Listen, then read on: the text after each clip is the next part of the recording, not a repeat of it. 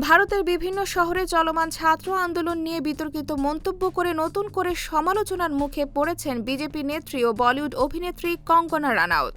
Gen Z আন্দোলনকারীদের একাংশকে আবর্জনার প্রজন্ম, কুৎসিত ও দুর্নীতিগ্রস্ত বলে মন্তব্য করেন তিনি। তবে কঙ্গনার মন্তব্যকে গুরুত্ব দিতে নারাজ আন্দোলনের নেতৃত্ব দেওয়া ককরোচ জনতা পার্টির প্রতিষ্ঠাতা অভিজিৎ দীপ। কঙ্গনাকে উদ্দেশ্য করে তিনি বলেন, ওকে আবার সিরিয়াসলি নেয় কে?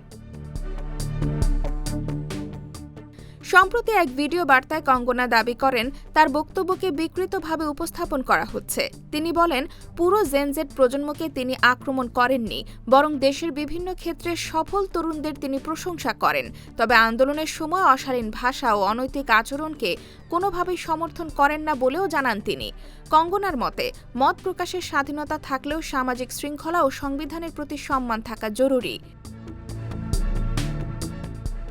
এদিকে গায়ক সুরকার বিশাল দাদলানি প্রশ্ন তুলেছেন, আন্দোলনকারীদের ভাষা নিয়ে আলোচনা হলেও তাদের উপর লাঠিচার্জ, কাঁদানে গ্যাস ও বল প্রয়োগ নিয়ে কেন সমানভাবে প্রশ্ন উঠছে না?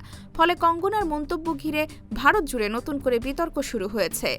IBTV USA, new York.